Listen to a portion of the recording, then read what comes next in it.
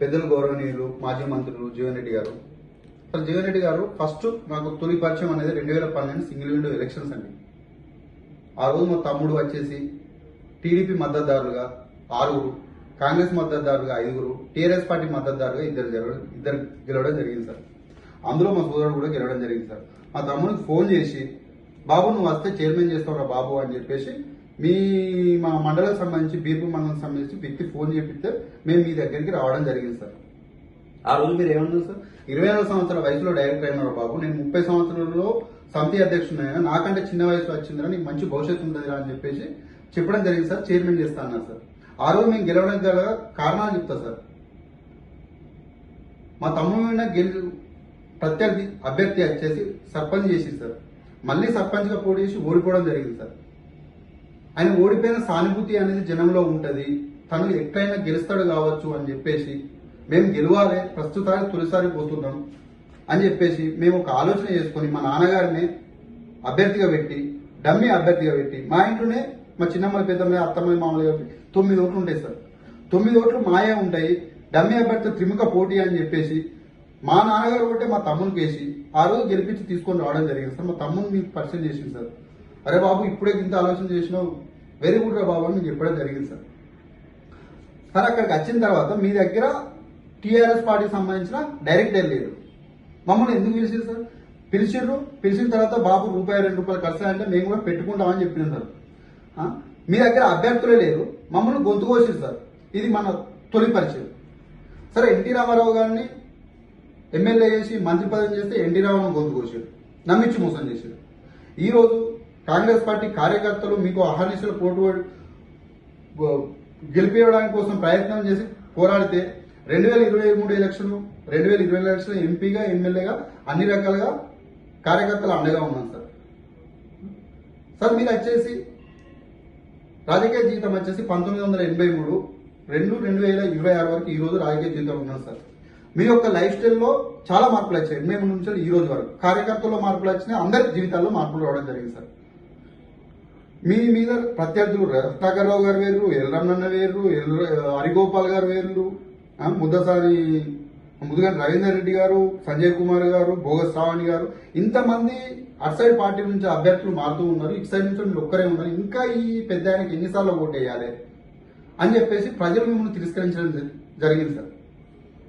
ఈరోజు వచ్చేసి సంజయ్ కుమార్ చేరికను మీరు జీర్ణించుకోలేకపోతున్నాము. కాంగ్రెస్ పార్టీ కార్యకర్తలు మనోభావాలు దెబ్బతింటున్నాయి, కార్యకర్తల భవిష్యత్తు కోసమే నేను ఇలా చేస్తున్నా అని చెప్పేసి, కార్యకర్తల కోసమే అని చెప్పేసి కపట ప్రేమను అందించి మున్సిపల్ ఎలక్షన్లో అయ్యో పాపని జగిత్యాల ప్రజలు ఈ వయసులో ఈ పెద్ద మనిషి ఇట్లా తిరుగుతున్నాం అని చెప్పేసి మీకు గెలిపించుకోవడం జరిగింది సార్.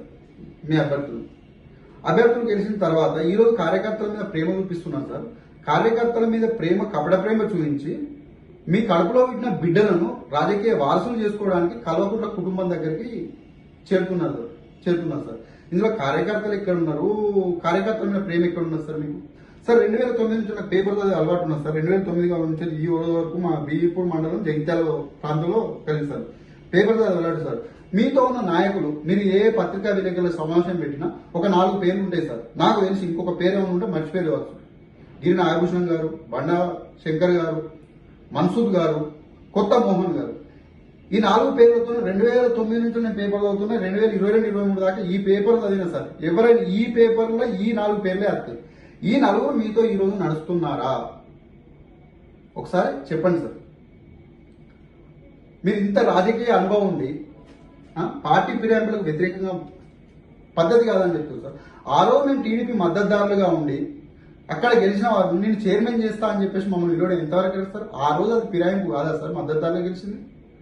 పార్టీ ఫిరాయింపుల గురించి మాట్లాడతారు సార్. పార్టీ ఫిరాయింపులకు పురుడు పోసి బొడ్డుతాడు కాడి చేసి బొట్టు పెడితే ఆ పేరు చెప్పక తప్పదు జీవన్ రెడ్డి గారు. ఇది సత్యం కాదా సార్? మీరు మళ్ళీ వచ్చేసి Jagtial Gangareddy sir, Congress party senior కార్యకర్త, తన చావు వ్యక్తిగత ఆ ఊరి ప్రాంతంలో జరిగినటువంటి హత్య సార్. అది తెలంగాణలో ఏ పార్టీకి సంబంధం లేని హత్య సార్. దాన్ని కూడా శివరాజకీయం చేసి నీకు దండం, నీ పార్టీకి దండం అని మాట్లాడారు సార్. అసలు హత్యకుడిని కాంగ్రెస్ పార్టీకి కానీ తెలంగాణ ఏ రాష్ట్రంలో పార్టీలకు సంబంధం లేని హత్య సార్. దాన్ని కూడా మీ స్వార్థ రాజకీయాలకు వినియోగించుకున్న నాయకుడు మీరు కాదా సార్? మా గొంతు కొత్తిరి నమ్మించి చైర్మన్ చేస్తాను, ఎన్టీ రామారావు మోసం చేస్తారు, ఇలా కార్యకర్తలు మోసం చేస్తారు. మళ్ళీ ఇప్పుడు పోయి రేవంత్ పోవాలి, కేసీఆర్ రావాలి అని చెప్పేసి మాట్లాడుతారు సార్. సార్ మీరు రాజకీయంలో హుందాగా మాట్లాడే వ్యక్తి సార్. మీ హుందాతత్వాన్ని కోల్పోయి విధంగా మాట్లాడింది సార్.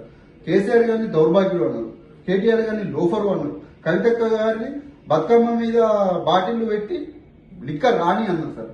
మీరు ఆ రోజు హుందాతత్వాన్ని కోల్పోవడానికి గల కారణం ఏంటి సార్? రాక్షస పాలన, అవినీతి పాలన, అరాచక పాలన, దుష్ట పాలన, దుర్మార్గ పాలన, రాష్ట్రాన్ని అతలాకుతలం చేసి ఆగం చేసిన పాలన. ఆ పాలన ఈ రోజు మీకు తీపి ఎందుకైంది సార్? ఈ రోజు కాంగ్రెస్ పార్టీ చేంజ్ ఎందుకైంది సార్? కాంగ్రెస్ పార్టీ మీకు ఎన్ని అవకాశాలు ఇచ్చింది సార్? ఈ వయసులో మీరు పార్టీలు మారడం అనేది ఎంతవరకు కరెక్ట్ సార్? ఒకసారి ఆలోచన చేసుకోండి. కల్వకుంట్ల చంద్రశేఖర్ అనే వ్యక్తి ఒక దుర్రాష్ట్రుడు సార్. రాగానే ఆలింగనం చేసిన ఆలింగనంతో అంతమైనలు గాదా ఇన్నయ్య గారు కానీ, దూరం గాదా ఇన్నయ్య గారు, కోదన్ రామ్ గారు, శంకర్ నాయక్ గారు, బలరాం నాయక్ గారు, రాము నాయక్ గారు, ఇంతమంది జీవితాలను ఆగం చేసిన వ్యక్తి ఈ రోజు మీకు పెద్దపీట వేయడానికి జగిత్యాలలో ఏం జరగదు సార్. 4 ఐదారాలు మిమ్మల్ని లేపుతారు, తర్వాత మిమ్మల్ని పక్కా పెడతారు. మీరు మళ్ళీ కాంగ్రెస్ పార్టీకి రాక తప్పదు. జై కాంగ్రెస్, జై రేవంత్ అన్న.